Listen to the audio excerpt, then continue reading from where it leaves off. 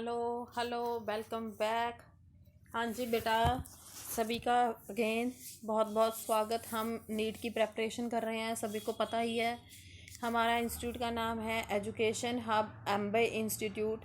Contact number है 9463079680। तो जो भी बच्चे नीट की प्रेपरेशन करना चाहते हैं जल्दी से जल्दी हमसे ज्वाइन कीजिए। हम फिज़िक्स, केमिस्ट्री और बायो के प्रीवियस ईयर्स के क्वेश्चन विद फुल एक्सप्लेनेशन कर रहे हैं। तो इस वीडियो में हम करेंगे फिज़िक्स के क्वेश्चंस। तो हाँ जी, हमारा जो फर्स्ट क्वेश्चन है वो है if we move from equator to pole value of g. हाँ जी, अगर आपने प्रीवियस वीडियोस को देखा होगा तो ये क्वेश्चन बिल्कुल सेम क्वेश्चन हमें प्रीवियस वीडियोस में ऑलरेडी आ चुका है। ठीक है, तो इसका मतलब क्या है, जो मैक्सिमम टाइम्स क्वेश्चंस क्या है, रिपीट हो रहे हैं। तो और भी क्वेश्चंस होंगे जो शायद हमारे माइंड में कई बार स्ट्राइक नहीं करते, जो रिपीट होते हैं। तो ये इनमें से एक क्वेश्चन है जो रिपीट हो रहा है। तो कहते हैं कि जब हम इक्वेटर से पोल की तरफ जाते हैं तो जी की वैल्यू पे क्या इफेक्ट पड़ता है। हाँ जी, जब हम इक्वेटर से पोल की तरफ जाएंगे, ठीक है, रेडियस क्या होगा, डिक्रीज हो जाएगा। जैसे हमें पता है जो अर्थ है वो क्या है, एलिप्टिकल शेप की है। ठीक है, earth is of elliptical shape, ये वाली चीज़ है। ठीक है, इक्वेटर से मैंने पोल की तरफ चलना स्टार्ट किया तो आर की वैल्यू क्या हो रही है, कम हो रही है। अगर आर की वैल्यू डिक्रीज हो रही है तो उसके कारण क्या होगा, g is equals to g m upon r square. अगर आर की वैल्यू कम हो रही है तो जी की वैल्यू क्या होगी, इंक्रीज होगी। So it's answer is c, increase. Next question, weber per metre square is equal to. हाँ जी बेटा, तो जो ये बेसिकली ये यूनिट है वेवर पर मीटर स्क्वायर, ये हमें क्या डिफाइन करता है, ये वैसे किसका यूनिट है, इंटेंसिटी ऑफ मैग्नेटिक फील्ड का। ठीक है, तो ये हमें जो ये फॉर्मूला है इसमें किसके कंपैरेबल है, दैट इज़ टेस्ला। ठीक है, तो इसका मतलब क्या आ जाएगा, टेस्ला। बी बी इसका आंसर है। वो कैसे आया, जैसे आपको पता है टेस्ला क्या है। ठीक है, टेस्ला बेसिकली क्या होता है, total magnetic flux divided by area, that is one Tesla. तो अगर आप उसका यूनिट निकालोगे ओवरऑल, मतलब क्या है, अगर हम इसको देखें तो जो 1 वीवर पर मीटर स्क्वायर है वो 1 टेस्ला के बराबर होता है। इसीलिए हम इसको ऐसे टेस्ला की फॉर्म में भी रिप्रेजेंट कर सकते हैं। Next, a turning fork vibrates with 2 beats in 0.4 second, the frequencies to easy. ठीक है, इन्होंने क्या दे रखा है हमें, हमने नंबर ऑफ वाइब्रेशंस निकालनी है, नहीं sorry, the turning fork vibrates with 2 beats. उसमें क्या है, 2 बीट्स हैं जिनकी फ्रिक्वेंसी जो क्या है, 2 बीट्स हैं वो 0.4 सेकेंड में प्रोड्यूस होती हैं। तो हमने फ्रिक्वेंसी निकालनी है। फ्रिक्वेंसी क्या होती है, फ्रिक्वेंसी होती है कि 1 सेकेंड में कितनी वेव्स प्रोड्यूस हो रही हैं। ठीक है, 1/t होता है। तो फ्रिक्वेंसी का एक और फॉर्मूला है हमारे पास, that is number of vibrations divide by time. हम वैसे बेसिकली 1/t क्यों लिखते हैं, क्योंकि हम हमेशा ही वन वेव के साथ डील करते हैं। तो number of vibrations divide by time, तो कितनी वेव्स बन रही हैं, 2, टाइम कितना है 0.4। अब इसको सॉल्व कर लो, आपके पास जो आंसर आएगा that is 5 hertz, that is c. Next, a bus starts from rest with an acceleration of 1 meter per second square. A man who is 40 meter behind the bus starts with a uniform velocity of 10 meter per second. The minimum time after which the man will catch the bus. Question समझो पहले। कहते एक man है, उसने rest से start किया। ठीक है, तो उसकी क्या है, acceleration 1 metre per second square है। जो वो पर्सन है वो एक बस से 848 मीटर पीछे है। ठीक है, तो जो बस है उसने 10 मीटर पर सेकंड से स्टार्ट किया, तो मिनिमम टाइम बताना है जब जाके जो वो पर्सन है वो बस को कैच कर लेगा। देखो बस है, उसने क्या किया, रेस्ट से स्टार्ट किया है, तो उसकी जो इनिशियल वेलोसिटी होगी दैट विल बी 0। तो हम इसका पहले कैलकुलेशन करेंगे, इसका जो हम डिस्टेंस है वो कैलकुलेट कर लेंगे, ut plus half AT square. ठीक है, u की वैल्यू 0 है तो ये वाला फैक्टर तो 0 हो गया। ये किसका डिस्टेंस आ रहा है, बस का। ठीक है, हाफ एक्सेलरेशन 1 है, और टी है जो जो इसने हमें टाइम हमें पता नहीं, टाइम हमने निकालना है। ठीक है, तो मैन का, ऐसे ही मैन का निकाल लो। जो मैन है वो क्या है, 48 मीटर बिहाइंड है किसके, बस के। ये कंडीशन दी हुई है। दैट मीन्स क्या है, जितना बस का डिस्टेंस है अगर हम उसमें 48 ऐड कर दें, क्योंकि जहाँ बस जा रही है उससे अगर हम 48 ऐड कर दें वो मैन के डिस्टेंस के बराबर आ जाएगा। इन्होंने ये बोला है कि जो बस है वो 48 मीटर आगे है बंदे से। ठीक है, तो 48 मीटर तो वो हो गए, कुछ बाकी जितना बस ने डिस्टेंस ट्रेवल कर लिया वो वाला, दोनों को ऐड करके वो मैन का डिस्टेंस आ जाएगा। तो इसका क्या है, initial velocity 10t plus half 0t² acceleration. ठीक है, तो इसका मतलब जो इस हमारे पास एस एम की वैल्यू आ गई, दैट इज़ 10t। अब हमने नेक्स्ट स्टेप में क्या करना है, सेम वही इक्वेशन लगाओ, s m is equals to s b plus 48। अब इसको सॉल्व कर लो, इसमें वैल्यूज पुट करके आपके पास एक इक्वेशन बन जाएगी, दैट इज़ क्वाड्रेटिक इक्वेशन। उसके दो फैक्टर्स बनेंगे, टाइम की वैल्यू 8 आ गई, टाइम की वैल्यू 12 आ गई। अब इन्होंने पूछा क्या है, मिनिमम टाइम, तो मिनिमम टाइम आपके पास क्या आएगा, 8 seconds. Next question, if a cyclist moving from speed of 4.9 metre per second on a लेबल road can take a sharp circular turn of a radius 4 meter, then the coefficient of friction between the cyclist tire and the road।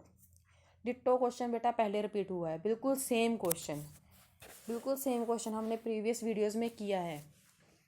हाँ जी, कहते एक cyclist है, उसकी जो speed है वो 4.9 metre पर सेकंड है लेबल रोड पे। उसने क्या, एक सर्कुलर टर्न लिया एकदम से जिसका रेडियस 4 मीटर था।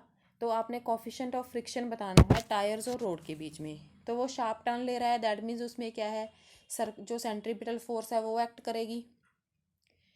ठीक है, तो सेंट्रीपिटल फोर्स है जो वो एक्ट करेगी, और आपने कोफिशिएंट ऑफ फ्रिक्शन निकालना है। तो इसमें कौन सी फोर्स भी एक एक्ट करेगी जो डाउनवर्ड्स को एक्ट करेगी उसको मूव करने के लिए, टायर्स की। ठीक है, अगर टायर्स और उसमें रोड में फ्रिक्शन होगी तभी वो प्रॉपर से मूव कर पाएगा, अदरवाइज तो वो स्लिप कर जाएगा। तो दोनों को इक्वेट कर दो। जब इक्वेट करोगे तो इससे म्यू की वैल्यू क्या आ गई, v² / rg। ये आपके पास फॉर्मूला आ गया इसका कैलकुलेट करने का। तो इसकी वैल्यूज पुट कर दो, v की वैल्यू आपके पास क्या है 4.9, r की वैल्यू आपके पास 4, g की वैल्यू 9.8। इसको सॉल्व कर लो तो आपके पास आंसर आ जाएगा 0.6। Next question, a drum of radius r full of liquid of density d is rotated at omega radian per second. The increase in pressure at the center of the drum will be। कहते एक drum है जिसका radius r है, वो एक liquid के साथ fill है, पूरा ऊपर तक भरा हुआ है, उस लिक्विड की डेंसिटी क्या है, d है। इज रोटेटेड, उसको हमने रोटेट कर दिया ओमेगा से। ठीक है, the increase in the pressure at the centre of the drum, तो जब हमने उसको घुमाया तो उसके कारण जो प्रेशर इंक्रीज हुआ सेंटर ऑफ द ड्रम में, वो आपको बताना है कि कितना होगा। हाँ जी, तो इन्होंने क्या बोला है कि लिक्विड प्रेजेंट है। ठीक है, तो जब हम बेसिकली इसकी बात करते हैं तो हम क्या है, टोटल एनर्जी निकाल लेते हैं। तो उनमें जो लिक्विड में टोटल एनर्जी क्या होगी, एक तो प्रेशर है, लिक्विड है, सारी वॉल्स पे प्रॉपर से प्रेशर एक्सर्ट करेगा। ठीक है, नेक्स्ट हमारे पास क्या आ गया, 1/2 रो v²। ठीक है, ये क्या हो गई उसकी, जो हमने ये किया, ये हमारे बेटा अलग अलग टाइप की एनर्जी है। ये प्रेशर हो गया, ये जो लिक्विड मूव करेगा उसकी काइनेटिक एनर्जी होगी ρgh। ठीक है, तो ये पोटेंशियल एनर्जी होगी। ये चीज़ें कहाँ से आती हैं, प्रॉपर से एक इक्वेशन होती है हमारे पास। जैसे अगर हम यहाँ पे फॉर्मूला होता है mv² mgh, उसको सारी इक्वेशन को वॉल्यूम से डिवाइड कर देते हैं। ठीक है, तो हमारे पास ये इक्वेशन बन जाती है विच इज़ कांस्टेंट। नाउ तो हमें पता है कि r क्या है, हमारे पास रेडियस है, और ओमेगा हमारे पास एंगुलर वेलोसिटी है। तो हमने वेलोसिटी एट द सेंटर हमने बताना है कि जो ड्रम के सेंटर में कितना प्रेशर इंक्रीज होगा। तो अगर हम देखें, हमें पता है जो सेंटर में जो वेलोसिटी होगी वो ज़ीरो होगी। ठीक है, तो इसकी जो डेंसिटी है वो डी है, कंसिडर की हुई है हमने। तो अब ये वैल्यूज़ पुट कर दो, P1 प्लस हाफ, रो की वैल्यू ज़ीरो है क्योंकि सेंटर में डेंसिटी तो ज़ीरो हो गई, प्लस हाफ, ठीक है। तो अगेन यहाँ पे रो ज़ीरो है तो ये सारा क्या हो गया, ज़ीरो हो गया। अभी हमने क्या बोला है बेसिकली यहाँ पे कि पहले प्रेशर कितना था, बाद में कितना हो गया, ठीक है। वो दोनों चीज़ें हमने कंसीडर करनी है।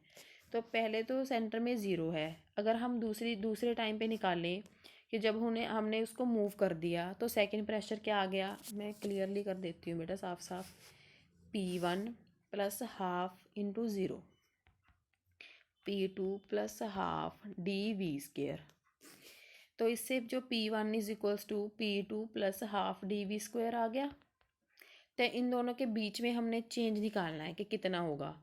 तो जो दोनों के बीच में चेंज आएगा, इन दोनों को माइनस करके यहाँ पे आ जाएगा, ठीक है, P1 माइनस P2। तो जो V की वैल्यू है वो V की वैल्यू हमारे पास क्या होती है, R ओमेगा, ठीक है। तो हमारे पास जो चेंज आया वो कितना आ गया, 1/2 d r² omega. So this is your answer, answer is d. Next question. A body of mass m at rest explodes into three masses, two of which m/4 each are thrown off in a perpendicular direction with the velocity 3 meter per second and 4 meter per second respectively. The third piece will be thrown off with the velocity of।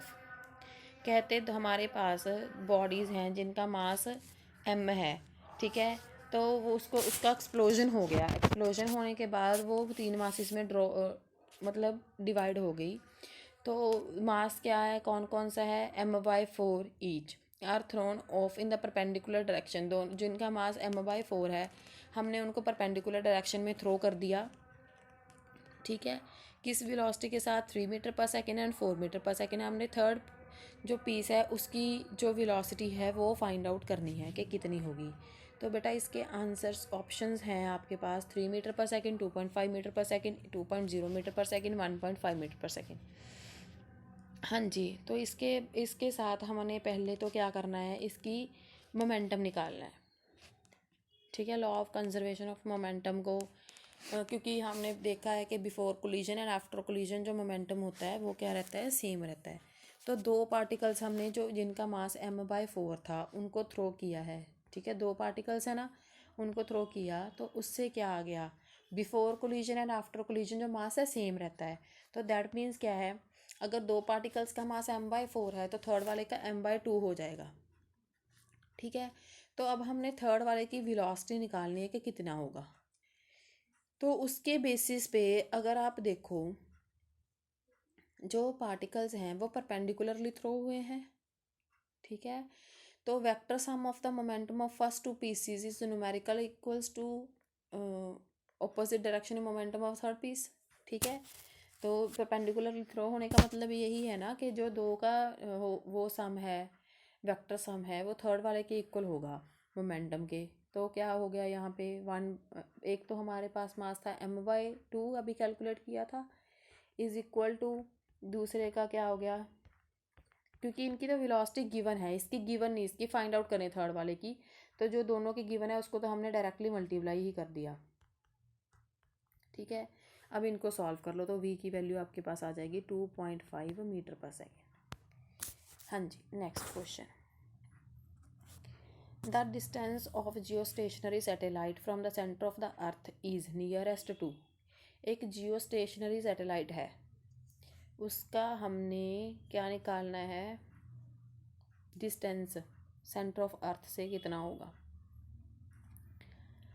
हाँ जी, मतलब क्या होता है, जो जियो stationery satellites होते हैं they are positioned at an exact height above the earth. वो earth के ऊपर एक एग्जैक्ट हाइट पे प्लेस्ड होते हैं। तो वो एग्जैक्ट हाइट क्या होगी हमारे पास, वो एग्जैक्ट हाइट क्या है, 35600 किलोमीटर, ठीक है। अब तो हो ही जाएगा। इन्होंने क्या बोला है कि जो जियो स्टेशनरी सैटेलाइट है वो कहाँ पे पड़ा होगा, सेंटर ऑफ द अर्थ से। तो देख लो, सेंटर से जो टोटल डिस्टेंस है वो इतना है। तो सेंटर मतलब अर्थ का रेडियस कितना है 6400, उसको इसके साथ ऐड कर दो तो आपके पास क्या है, कितना आ गया 42,000 किलोमीटर। ठीक है, अब क्या होगा, जो ये इतनी हाइट पे ये क्या रोटेट करेंगी अराउंड इट्स एक्सिस। ठीक है, तो जो इसका जो इफ़ेक्ट है, स्टेशनरी इफ़ेक्ट है, वो अर्थ पे ही रहेगा। ठीक है, जो इसका स्टेशनरी इफ़ेक्ट है वो किस पॉइंट पे रहेगा वो हमने कैलकुलेट करना था। ये तो हमारे पास क्या आ गया, डिस्टेंस आ गया। डिस्टेंस कितना आया था 42,000। किस पॉइंट पे रहेगा ये हमने कैलकुलेट करना है। जो अर्थ का रेडियस है वो कितना है 6400 इंटू आर। तो हमने क्या निकालना था इसमें कि जो उनका डिस्टेंस कितना होगा from the centre of the earth, तो वो क्या है आर है।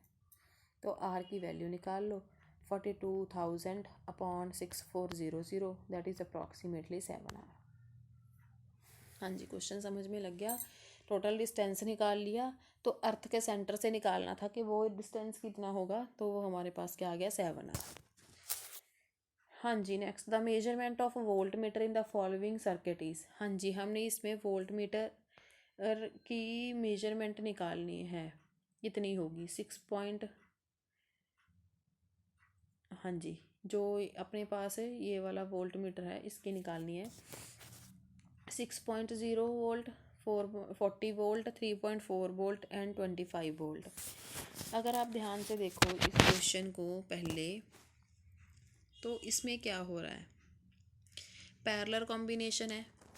ठीक है, जो ये दोनों हैं ये पैरेलल हैं, इनको सॉल्व कर लो। 1/60 प्लस 1/40, अगर इनको सॉल्व करोगे तो आपके पास सॉल्व करके क्या आ गया 24 ओम।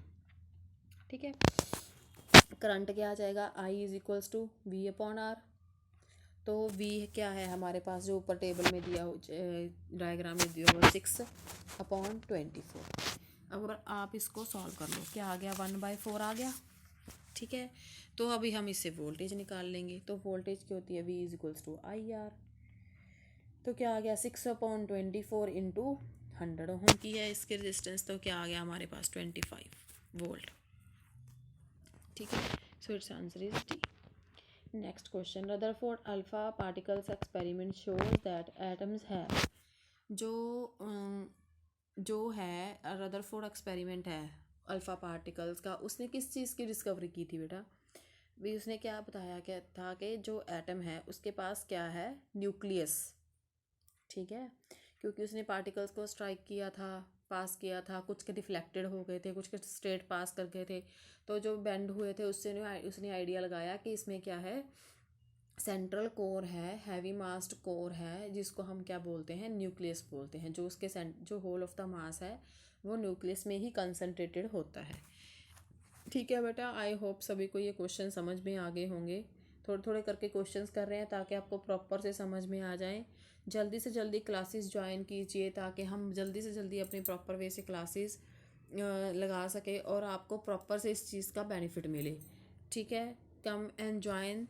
9463079680 is our contact number. Thank you.